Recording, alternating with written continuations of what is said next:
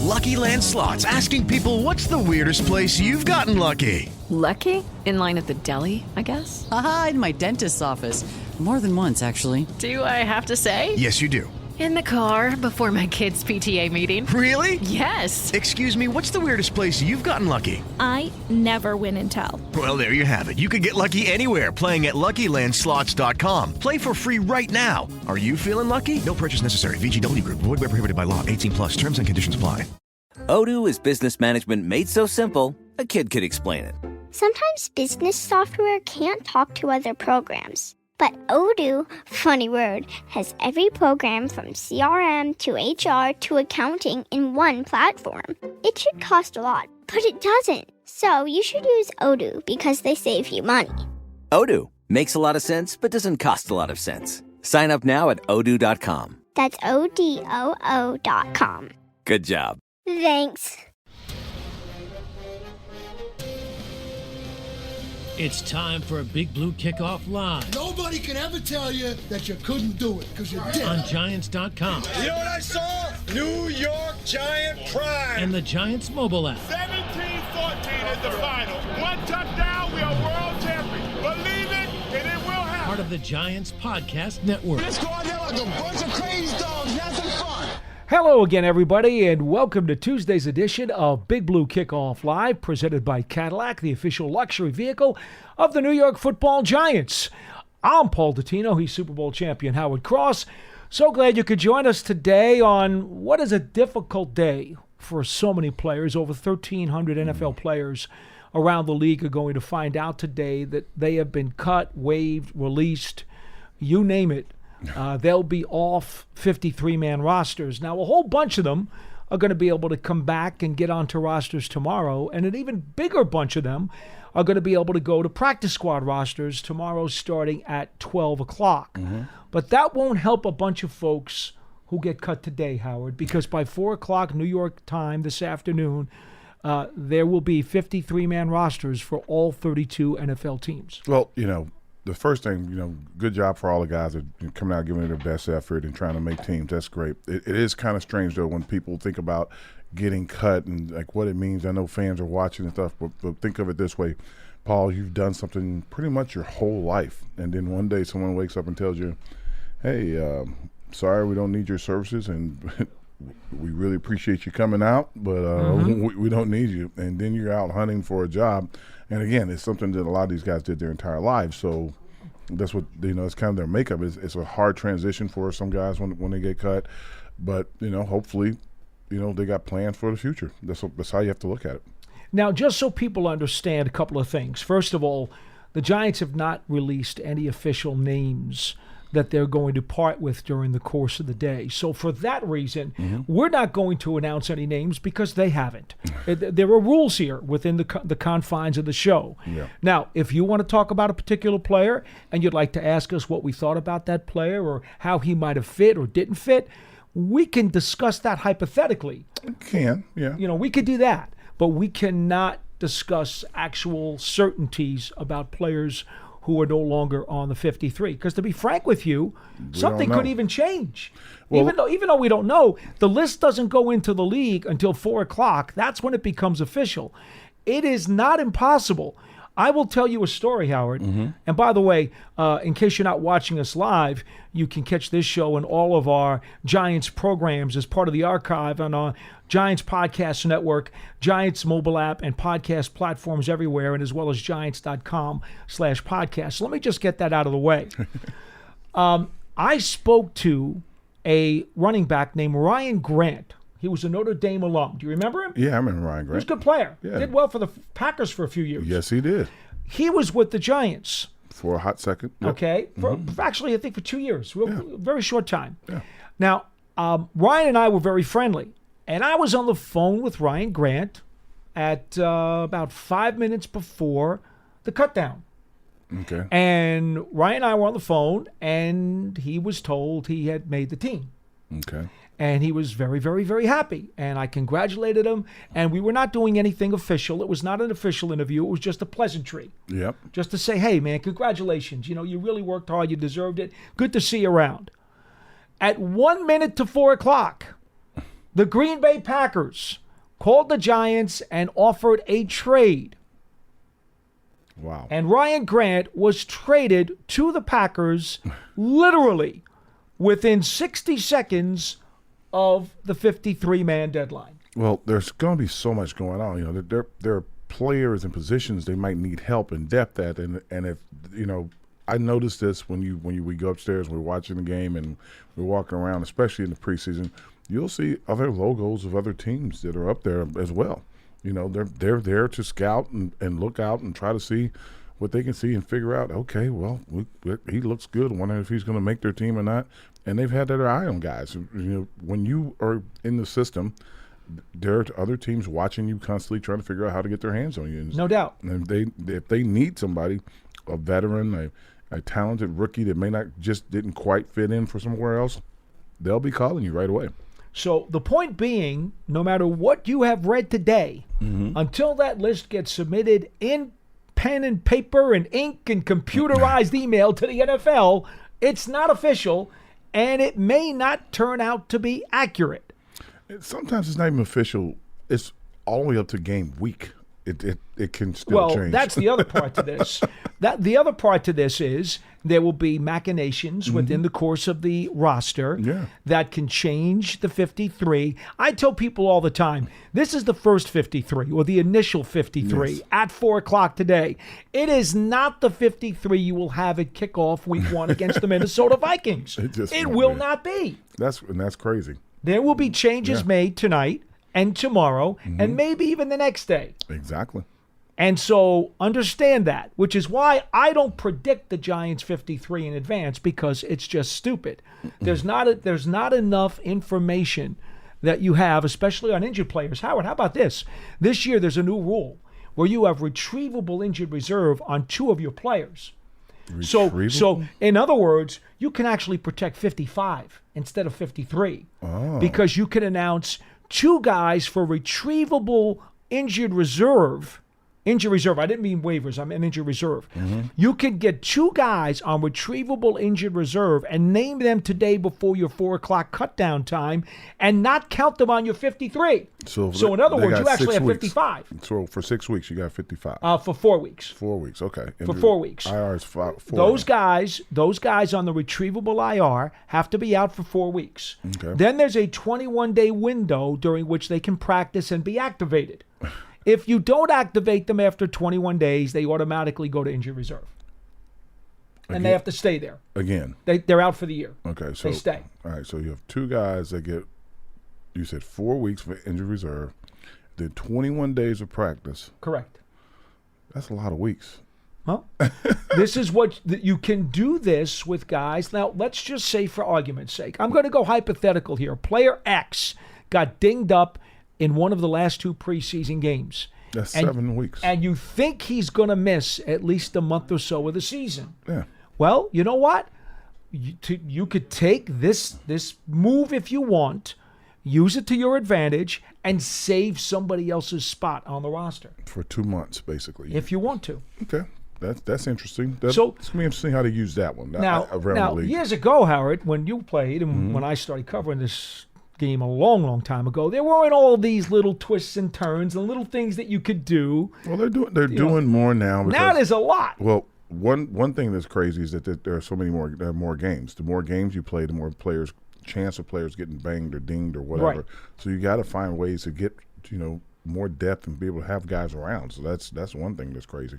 All right, 201-939-4513. I don't want to take up any more of your time. Folks, I just wanted to give you some context as to what we are dealing with today. At the end of this program, we're going to have to cut off at around 1:25 because at 1:30, Brian Dable is meeting the media. I do not know if he's going to give us any list or not. I honestly have no idea. 15 minutes after his media session, there's going to be a 1-hour practice. Okay. After practice, you still have, that'll take you to 2:45. Okay. There is still an hour and 15 minutes until the 4 o'clock deadline. That's true. So much can happen between now and then. Right now, we're going to talk to you. 201-939-4513. And We will get to your calls in just a second. Want to remind Still you. Giants on Giants right now. Yeah, the Giants Fan Fest is coming up on Friday, September 6th, presented by Wendy's. It's at MetLife Stadium. Doors open at 5 p.m. We're going to celebrate 100 seasons of Giants football. There'll be a ceremony honoring the top 100 Giants, autographs, panel discussions by Giants legends, historic displays, photos with the Lombardi trophies, and an incredible drone light and fireworks show to end the night. Get your tickets now by visiting giants.com/fanfest. And the latest edition, the latest chunk of players that takes you all the way down to 11, is that right, Pearson? It's from 20 to 11, was released earlier this morning. Okay. Who are they? You want to say him? Yeah, I want to All see. right, I'll call him up for you. Phil Sims, by the way, is number 11. How appropriate. That's awesome. All right, I'll call that up for you while we go to the phones, and we will take our first phone call of the day, and it is, I got to keep going through all of this stuff. It's Phil. It's Phil. Hey, Phil in North Carolina. You can't believe all the stuff that is crowded into this Word document. It's impossible to find the callers. Hello, Phil. And the writing is so large. You're next. Go ahead, Phil. You're first. You're first, not next. You're first. All right, thanks. Yeah, I understand, Paul. I agree with you with the Word documents. I have to read everything off of paper instead of a computer because I'm an old-timer. So, yeah.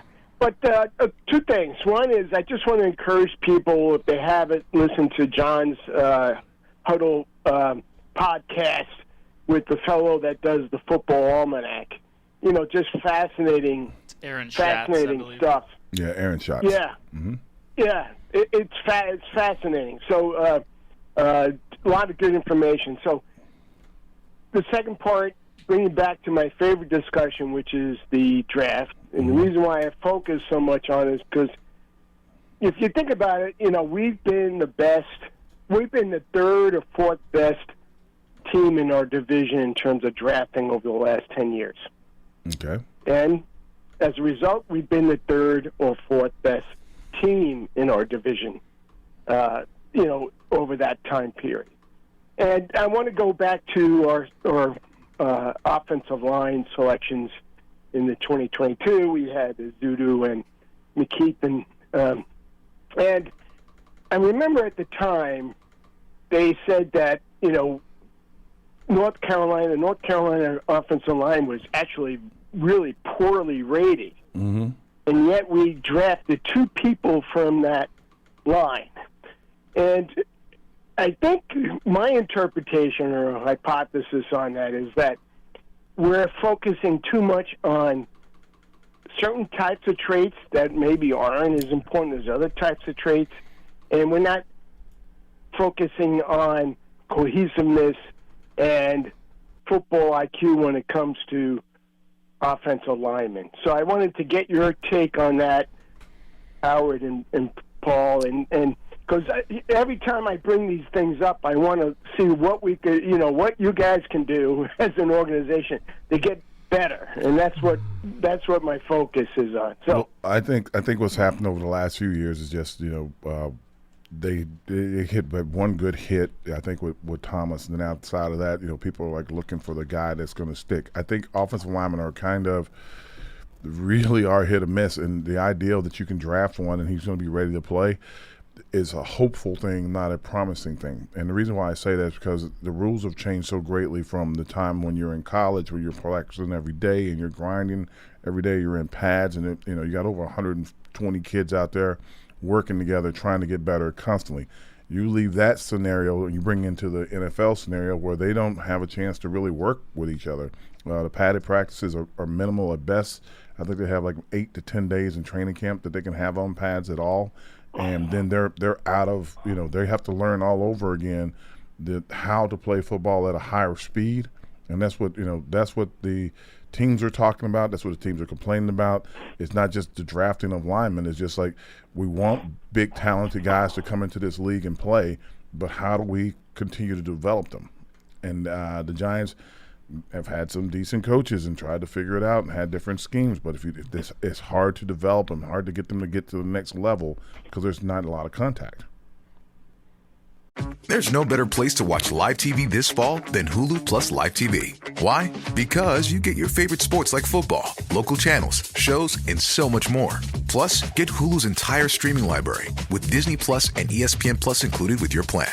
No long-term contracts or hidden fees. Don't wait. Start your 3-day free trial of Hulu Plus Live TV today. Live TV plan required. Access content from each service separately. Offer valid for new and eligible returning subscribers only if available. Terms and restrictions apply. Learn more at hulu.com.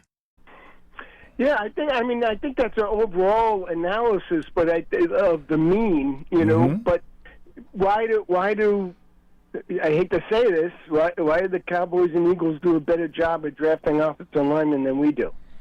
They're dealing with the same situation.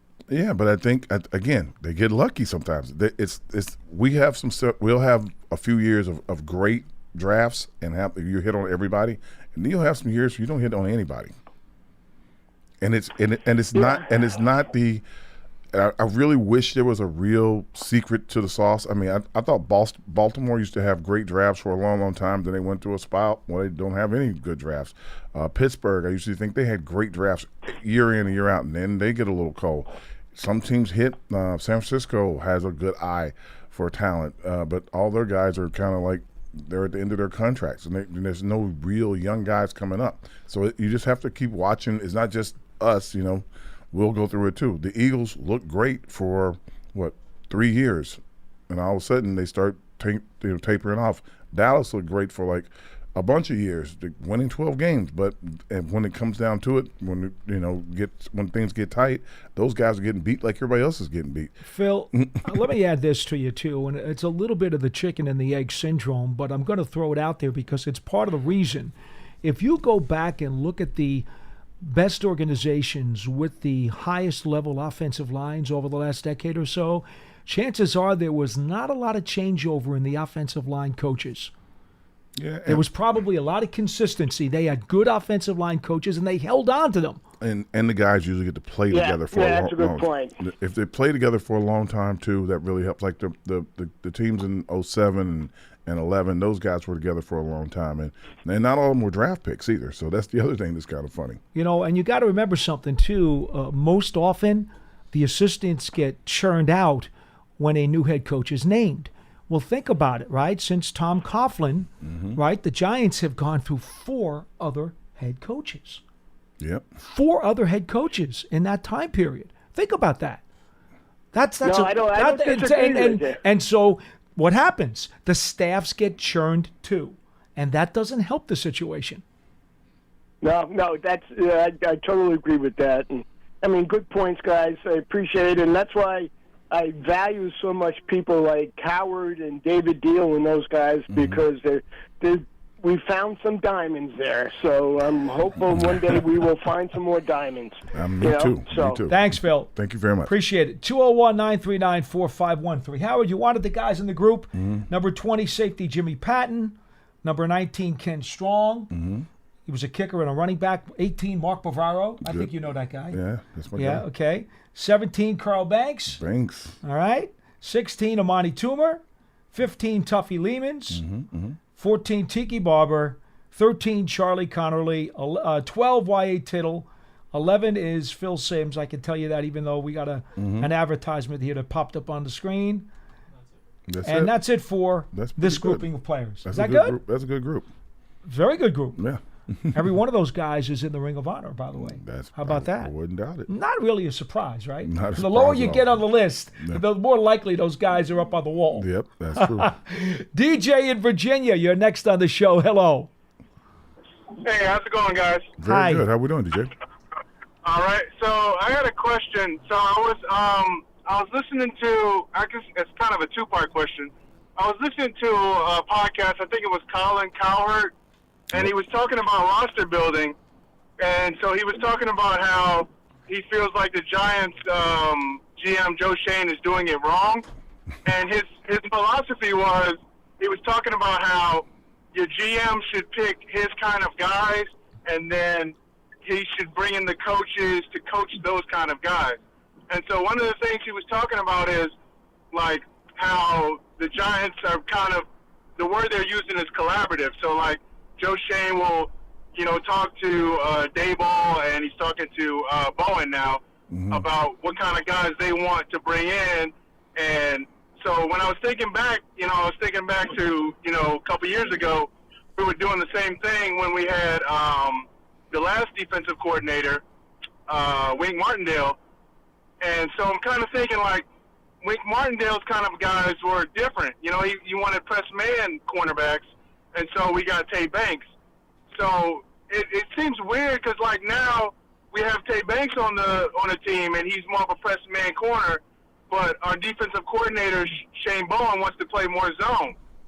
So is it a little weird, like we have the kind of players that Wink would have wanted, but now are we setting ourselves back by now we'll have a defensive coordinator who wants to play more zone? No. You try to draft the best players you can get. That's number one. You don't draft necessarily for need unless you're taking a quarterback early in the draft or something. But most of the time you're drafting trying to get the best player available. So that's one. So when it comes down to like the way you build teams, and this is just my opinion, the way you build teams, you start from ownership, and what they do is they try to match a coach and a GM together. The coach and the GM, once they get there, usually they would like to have their own quarterback. They usually like to have a few, staple guys that are there, and they try to build around it. I think when Joe and everybody came here, they were trying to field a team and not so much, build a team. They just didn't have enough players that were healthy and that, that are even in the league at this point anymore. So they moved on from a lot of players. They brought new guys in. They had to draft guys.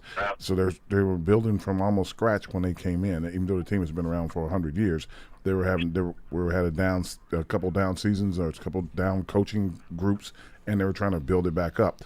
Yeah, I think they're doing a pretty good job. As you can see, as I've seen that after this preseason has kind of passed by, the offensive line has looked a lot stronger.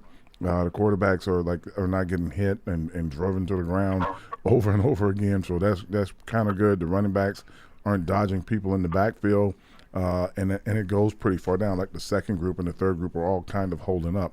As far as defense goes, you got a excellent pass rusher and that you drafted in Thibodeau. Then you bring Burns in from the outside, as he got you pick up from Carolina for very little draft capital to get him here.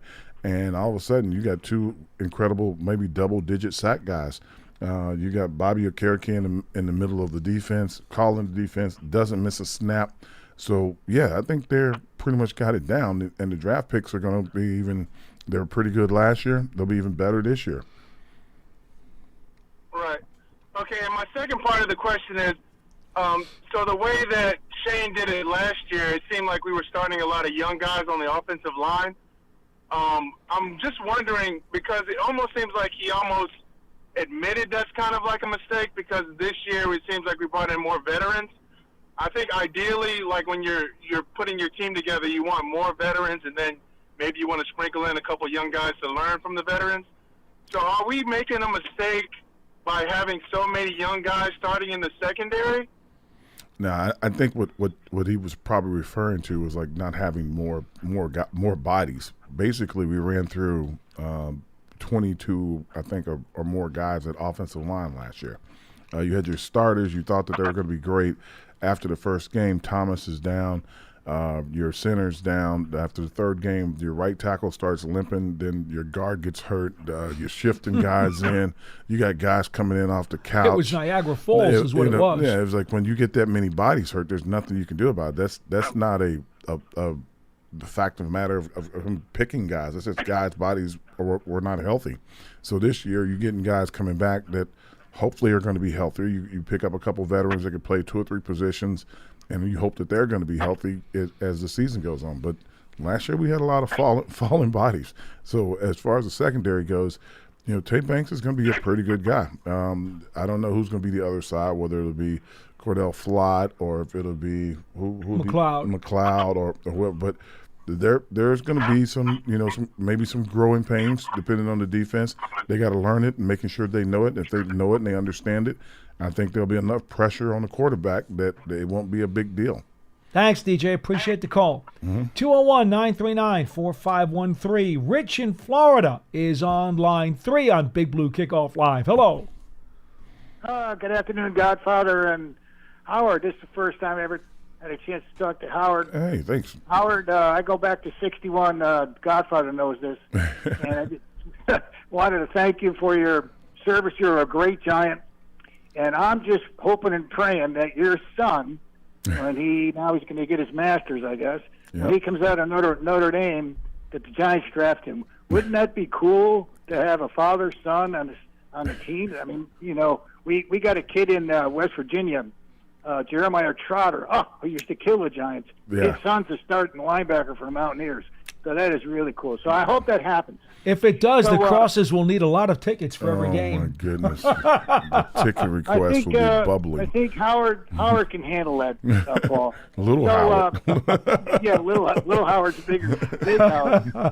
But I couldn't agree with you more on the draft. I know you're going to have the grumblers call in. They'll be criticizing JS about, he's going to have to cut some draft choices, which is really tough. But the draft is a crapshoot because you're dealing with young kids, and they're human beings. They all have flaws. We all have flaws. So I was just curious. Yesterday I just did some very, very cursory research. I just wanted to find out analytically where the Giants stood on their draft choices, making the team after 3, 4, 5 years. So did very cursory research. There was Sports Illustrated did a study and took the last 5 years. They took every team and they rated them. They had a bunch of metrics like number of Pro Bowl players, number of conference wins, number of division wins, etc. Now, I don't know, like in any statistical analysis, there's two very, very important metrics: validity and reliability. I have no idea what they did as far as that is, what the numbers were. But I was very curious. Just let you know, and some of the listeners can do some more research. They rated the Giants as 23rd out of 32 teams as far as drafting a kid in year one, and would the player be available 3 or 4 years down the road? That's really, really interesting. And on a positive note, they gave the Giants a trending up. And of course, they had the two best draft choices, going back to Dave Gettleman, were Saquon and AT. So anyway, I know people are going to be grumbling, blah, blah, blah, blah, blah, but drafts, like you said, it's, look like a kid like Evan Neal. He was tremendous in college, and he's had a lot of problems. I mean, that's just, what are you going to do? You can only do so much. Yeah. Go ahead. One last thing for Paul. We had this discussion last week or previous week on that Dallas blocked field goal. I sent you a video, and you and John a video of that block. I don't think you opened it, but take a look at that. Just take a look at that. Dallas really out-schemed the Giants, and I wish you would take a look at that video. Okay, appreciate it, Rich. Take care. 201-939-4513. The one thing to keep in mind, the Giants not only changed general managers when Joe Shane came in, but they've also had quite a turnover in the scouting department too, Howard. Yes, they have. So it's not the same scouting staff. It is. There may only be 2 or 3 people still left from that old staff. There aren't that many.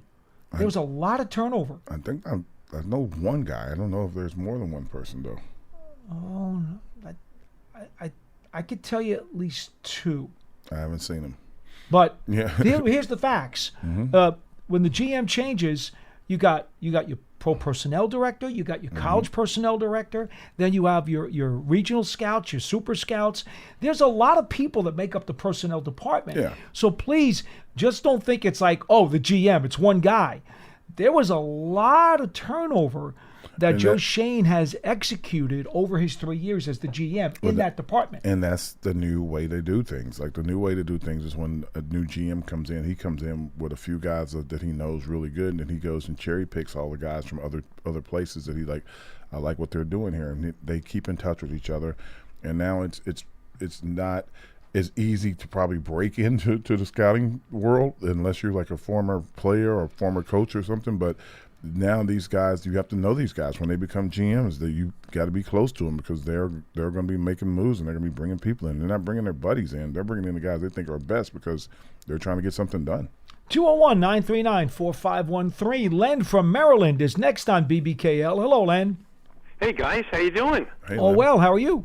All right, man. We're getting close to the first 53 here. Are you coming to the Fan Fest?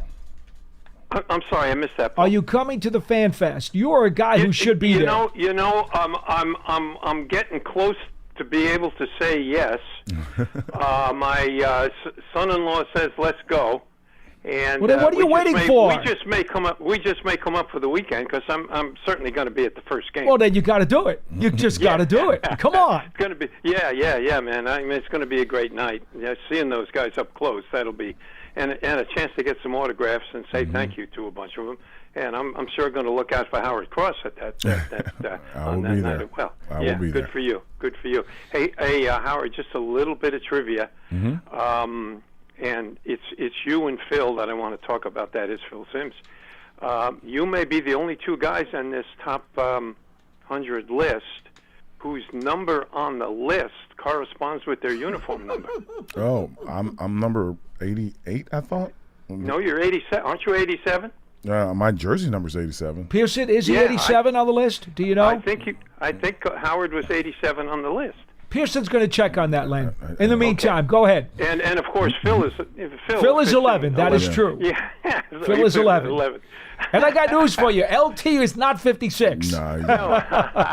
That's funny. You know, on the latest group that dropped today, the latest 10. I mean, it's the right 10. I mean, the committee's doing a great job. Just doing a great job. I think it's the right 10. You may argue a little bit about whether 15 should be 13, that kind of thing. Sure. But if you look at it as a group of guys, it's the right 10. And the first 10 have fallen into place. I mean, it's obvious who the top 10 is. It's going to be interesting to see, where some of these guys fall within that top 10. Who's going to be number one? It looks like Eli. Well, I think it's going to be LT. We'll see. And it's going to be interesting to see where Eli falls. On my list, I've got him either 5 or 6. I can't make up my mind whether it's Eli at 5 or Frank Gifford at 5. But I think they're right in the middle of the packs. But we'll see what happens. It's terrific. I think it's been one of the best parts of this celebration. Sorry, Len. What I see is Howard at 88. See? Oh. Okay, I missed by one, Howard. I'm sorry. That's okay. I thought you matched. And Len, from your day, who was number 88? Come on, cough it up. Who was 88 back in your day? Aaron Thomas. That's right, Aaron Thomas. Very good. Very good. I knew you'd know that. Hey, listen, I can tell you some of the old numbers, but I have trouble telling you what Okerike's number is.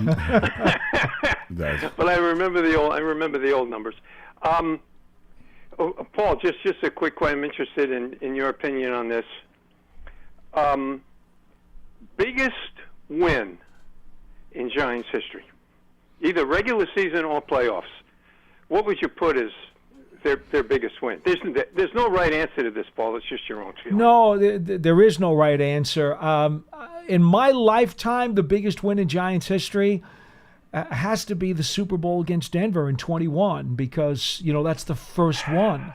It's the first one. That's the first one. That's it. To me, I agree with that. And the quarterback on the Giants was, of course, Phil Simms. Yeah, I mean, you got to remember something, Len. You're a little bit older than me. Now, again, I'm a historian, and that's great. But when I was growing up, Tarkenton was the quarterback. And even to imagine that the Giants would make the playoffs was quite a reach.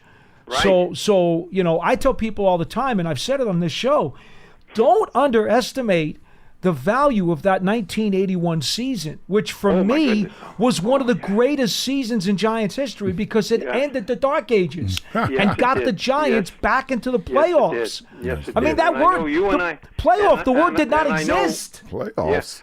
It did not exist, Other than that final game against the regular season game against the Cowboys, I know you and I differ a little bit in what we thought was the biggest win of that season. I know you thought the Atlanta win was the biggest. No right? question in my mind. Down in Fulton County in the mud and the rain and wow. That to me, that was the win that told me the Giants were actually good enough to fight for that playoff spot. That was the win that did it. I thought the 5-6 Giants visiting the, Super Bowl team, the Philadelphia Eagles, in mid-November. Understood. Where the Giants pulled that game off, and you probably remember LT chasing Jaworski, threw one toward the end of the game, across the field at the Giants bench. Yes, I do. A guy named Terry Jackson, number 24, picked it off and took it to the house with the entire roster chasing him down the sidelines, and that happened to be the Giants tunnel, as you remember, visiting team tunnel coming out of the vet. Yep. In those days, I was sitting right behind that tunnel. That group Well, nearly see, killed you were Jackson. there. That's why that game means more to you than the Atlanta game does. I was there because you were there. Listen, if Jackson didn't catch that ball, I would have caught it. There you go. And you would have run it back. That ball hung up there for a long time. Hey, one other. What do you got? Yeah, go ahead, Len, real quick. Okay, yeah, I'll make it real quick. Current roster, biggest drop off from starter to backup. All right, Daniel, Dexter. The drop off at left tackle is unbelievable. It's like the Grand Canyon, for God's sake. He is an all-pro. God, please stay healthy. Please stay healthy, Andrew. Oh my goodness.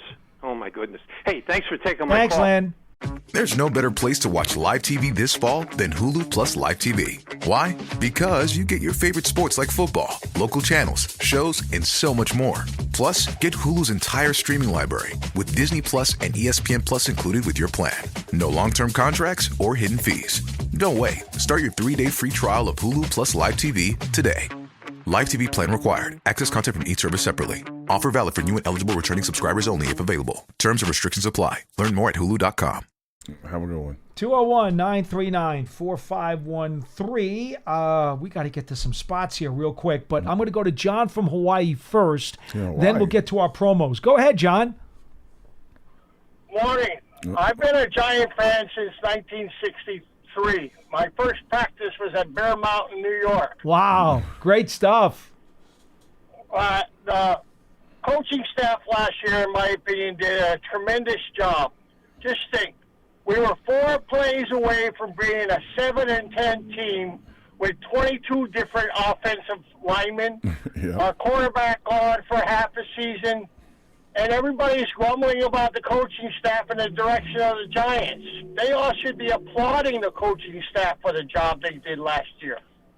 Yeah, that's pretty much true. They kind of coached through a really horrible season and really horrible luck with people's health. So I thought they did a pretty decent job. They were really about 5 or 6 plays away from being a winning team, which was funny. Well, I'll go further than that, John. They actually beat the Jets.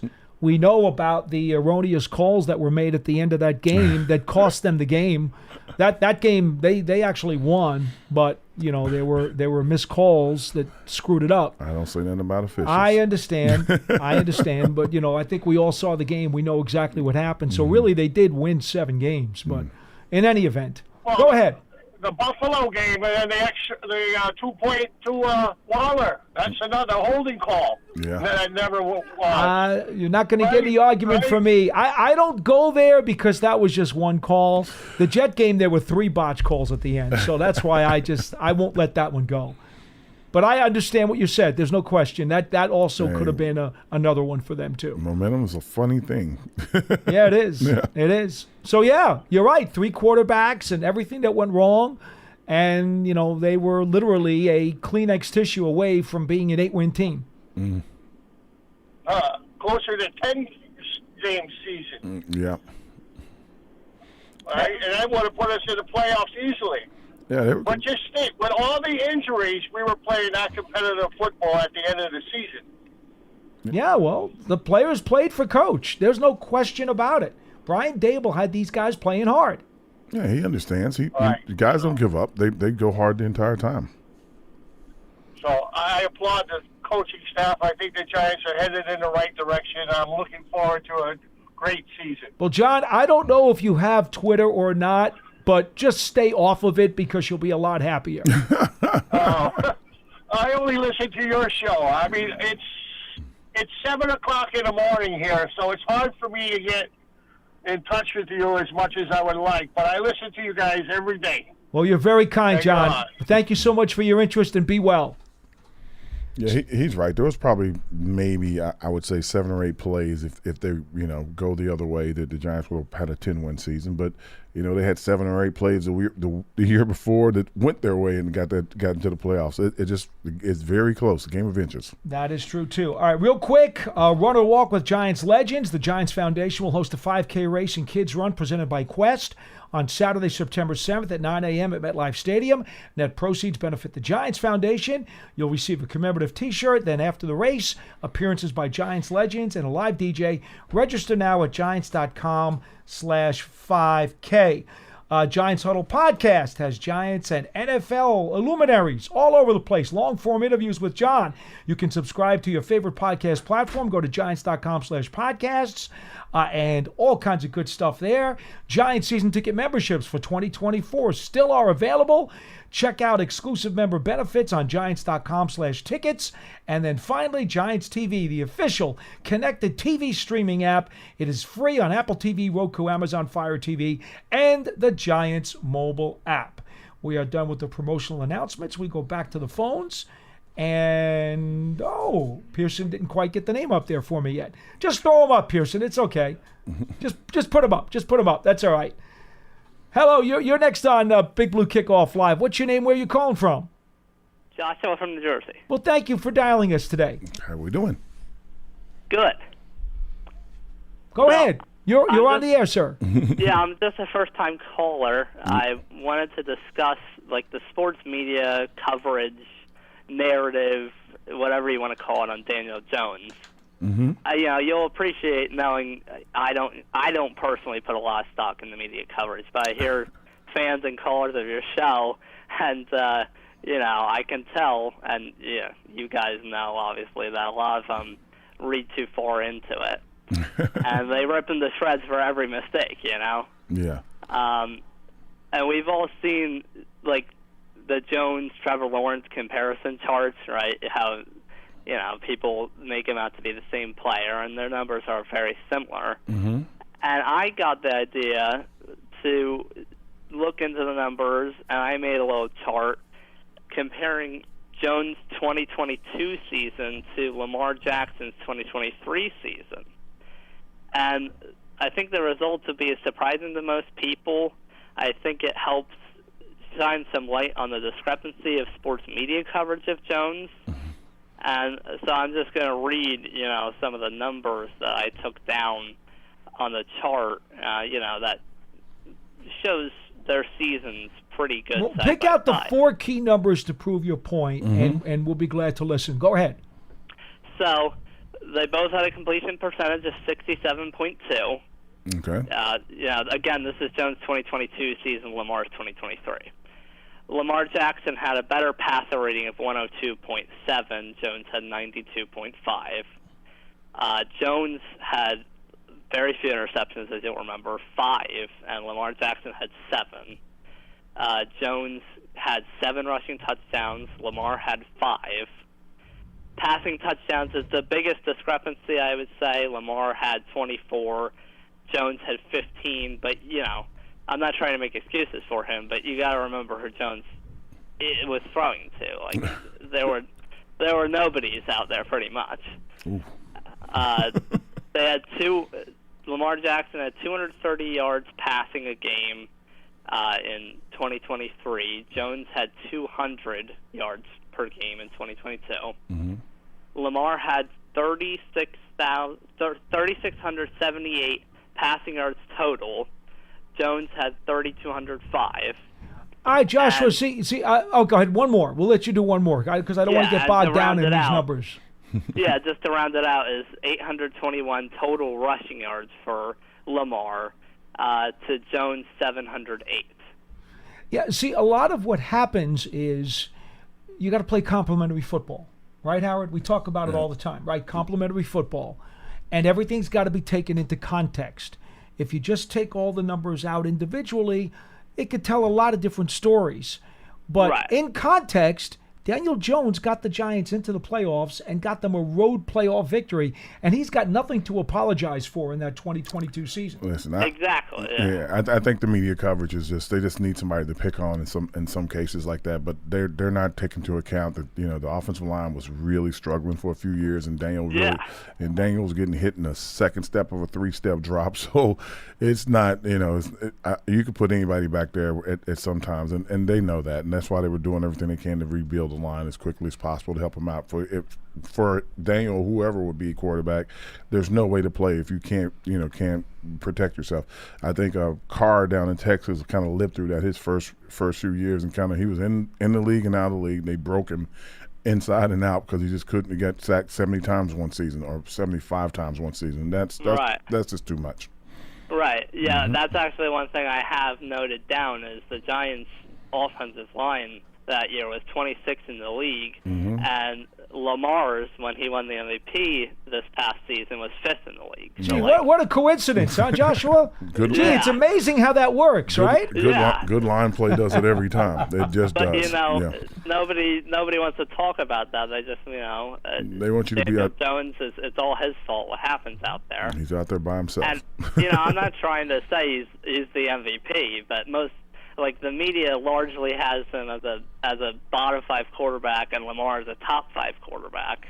And Jones has shown promise where he should be more towards the middle of ranking, I think. Fair enough, Joshua. Thank you. Thank you. Yeah, you're welcome. Appreciate the call. 201-939-4513. We've got about 6 minutes left on the program. Okay. Our lines are open. If you'd like to get in, by all means, give us a quick dial. We will squeeze you in before we got to head over to Coach Brian Dable's press conference.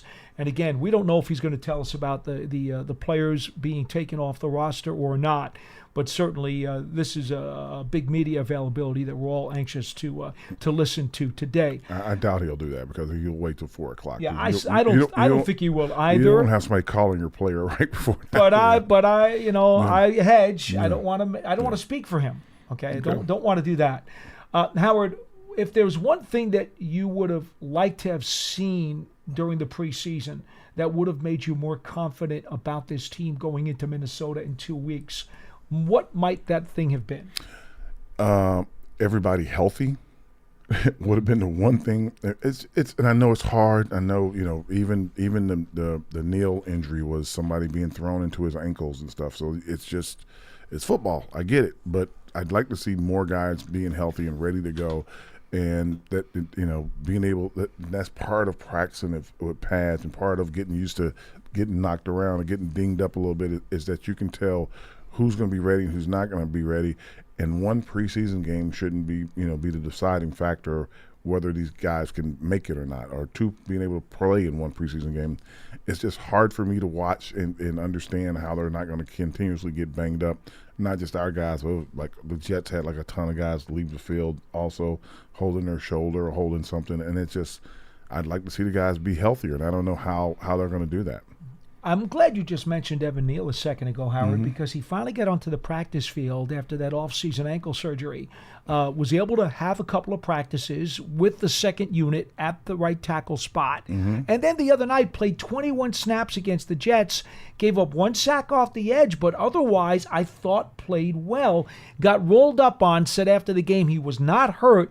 It was a matter of he had taken the number of snaps that they wanted him to play anyway. So he was not injured per se. Good. But I'd say that's baby steps in the right direction for him. That's more than baby steps. He did pretty good in the game. I think the one time he got beat off the edge was a blitz, and they were hedging towards the inside, trying to protect the inside first. But at the end of the game, it got a little loose in there. A lot of guys were like falling and flopping around on the ground, and that's like that. It'll get you every time. You got to be careful with that. And again, taking things into context, Tommy DeVito and the offense had a tough night, but Tommy was playing with all these guys who were on the back part of the depth chart. The Giants had 44 scratches of the 90 players on their roster going into the game. And, Tommy knew it was going to be a tough go, and he did what he could. Yeah, he did a good job. I don't demerit him at all for that game. He did a good job. You know, he's doubled down on when you're in that situation. You're not just playing and trying to make things positive happen. You're also playing and you're coaching. You got to get guys lined up in the right spot. You're trying to call the protection, trying to make sure they know what the protection is that you're calling, and you got a lot more talking going on in the huddle. So it's a ton of work to do when you're in that position. I don't envy him for it, but that's what you're doing. Like, you're basically a coach on the field, and thank goodness he's had 2 years in the system so he could help himself and protect himself. But it's still tough. All right, we got one more minute to go on the show, so let me ask you this, Howard. Okay. It's been a few years now. We've only had the 3 preseason games. Uh-huh. Used to have 6, then we had 4. Mm-hmm. Now we've had 3. Mm-hmm. So many people in the league think that within 2 or 3 years we're going to be down to 2. And It'll that be may 2. very well happen sooner rather than later. And then there will be an extra game. Okay, so right, we'll go to 18 and 2, 18 regular, 2 preseason. Mm-hmm. Knowing how you feel, and I feel like you do, that these starters need to get some reps because they need to spar before they get into the real fight. Yep. I got to think that you're not necessarily thinking we're going in the right direction with these preseason games. I think that what's going to happen is they're going to have the joint practices more and more. Right, they're going to try to get more and more joint practices in where you're going against other guys. So I'm trying to figure out how the timing's going to go. If you add the extra game, you take away a preseason game, then would you have an extra week of practice? Because you get 1 week, a full week of with you and your guys practicing, then you're going to bring somebody else's team in. It's going to, I think the off season is going to be probably more and more important with the OTAs and the mini camps and all that stuff, so you can get all your install in, because you're going to have hit the ground running in week 1, and then by week 2, when you get ready to go to pads, because you don't get to go to pads in week 1, you can only go to pads in week 2. Week 2, you'll go to pads, and by the end of that week, you'll be practicing against another team. I think what'll happen is it'll be the old USFL schedule, 18 regular season games with 2 bye weeks. I think that's what they're going to wind up doing. But that's not going to help them practice. It won't help them practicing. No, you'll have the 2 preseason games, 18-week regular season with 2 byes built in. I think that's what we're going to wind up seeing. But in any event, that'll do it for this edition of Big Blue Kickoff Live. Remember, 4 o'clock today Eastern Time. Get down to 53. Beginning tomorrow at 12, you can add 16 practice squad players plus 1 international player. I suspect McAtamney, the Rutgers kicker from Ireland, that the Giants have had at camp, I would expect him to come back as the international exemption. Okay. And we will talk to you again on Big Blue Kickoff Live tomorrow, 12:30 p.m. Eastern Time. For Howard Cross, I'm Paul Dottino. This has been Big Blue Kickoff Live, presented by Cadillac, the official luxury vehicle of the New York Football Giants. So long, everybody. Hey guys, it is Ryan. I'm not sure if you know this about me, but I'm a bit of a fun fanatic when I can. I like to work, but I like fun too. And now I can tell you about my favorite place to have fun, Chumba Casino. They have hundreds of social casino style games to choose from with new games released each week. You can play for free, and each day brings a new chance to collect daily bonuses. So join me in the fun. Sign up now at ChumbaCasino.com. Sponsored by Chumba Casino. No purchase necessary. VGW Group. Void where prohibited by law. 18 plus. Terms and conditions apply. Want to teach your kids financial literacy, but not sure where to start? Greenlight can help. With Greenlight, parents can keep an eye on kids' spending and saving, while kids and teens use a card of their own to build money confidence. As a parent, you can send instant money transfers, set up chores, automate allowance, and more. It's a convenient way to run your household, customized to your family's needs, and the easy way to raise financially smart kids. Get started with Greenlight today and get your first month free at greenlight.com/iHeart.